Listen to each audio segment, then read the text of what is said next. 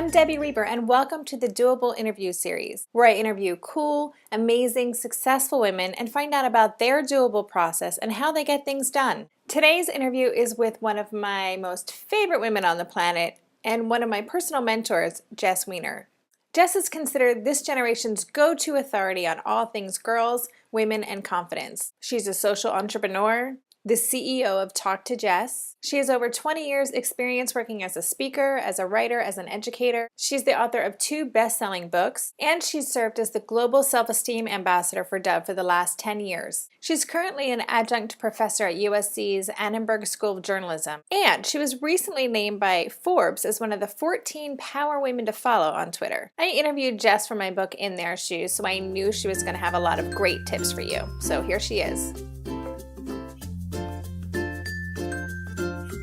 So my doable style is a combination of 2 things. I'm definitely an organizer and list maker. I really need to have a daily, if not a couple times a day, list that I'm updating in handwriting. I don't do it online. I do it in handwriting. So I need that list because it's my reference point, but I'm also such an intuitive leader and worker, so I need a little bit of freedom and flexibility. So I'm a really good improviser in the day. So if the list goes sideways, I just feel really comfortable making plan B, plan C, plan D. So I think I kind of have good balance in both of those areas, but I definitely need a list to start, but I'm not afraid if things need to change.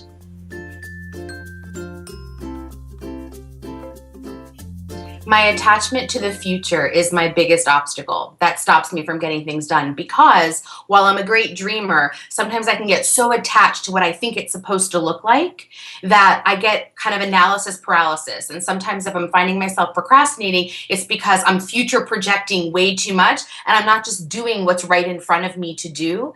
And it's always when I let that go that the flow starts to happen.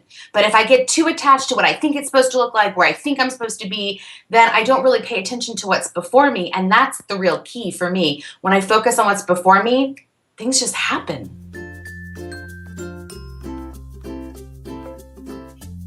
So right now, my strategy for overcoming the attachment to the future is really about taking big breaths. I know it sounds kind of simple and silly, but every day, even if I'm writing my list, I'll take the big breath before I write something, and sometimes it shifts for me. So it just brings me back to the present moment. And so I can't think about too much what's happening in the future. I've got to stay present, and my breathing helps do that. And every time I take the big breath, if I don't feel like I've shut the mind down, I take the big breath again. And sometimes I sit for a couple minutes and just breathe, eyes closed, and just breathe and get centered in myself, because I am my vessel. I am where the ideas come from. And if I'm blocked in any way, my strategy is to just unblock by breathing. I can't think it away. I've got to breathe it away.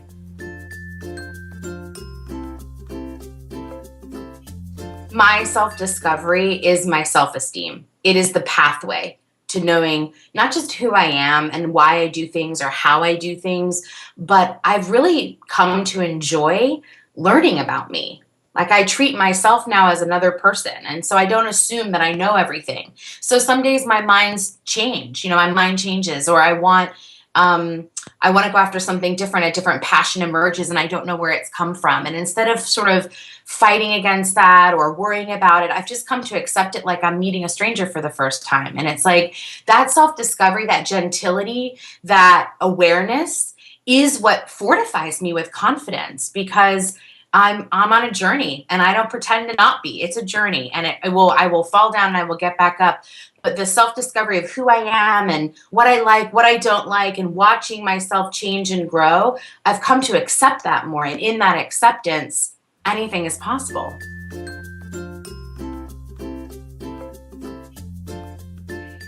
My biggest advice for all the girls going after their dreams is to be okay if your dream changes.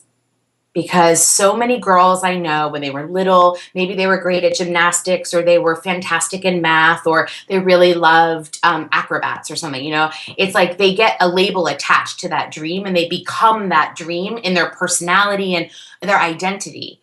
And one of the biggest places of sadness and discomfort that I find girls have is when that dream changes for them, and then they don't know who they are.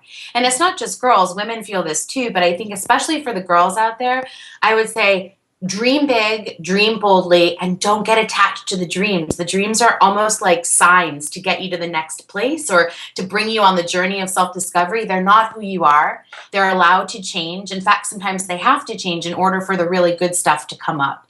So it's a balance of dreaming big, but having flexibility to know that dreams are also allowed and supposed to change.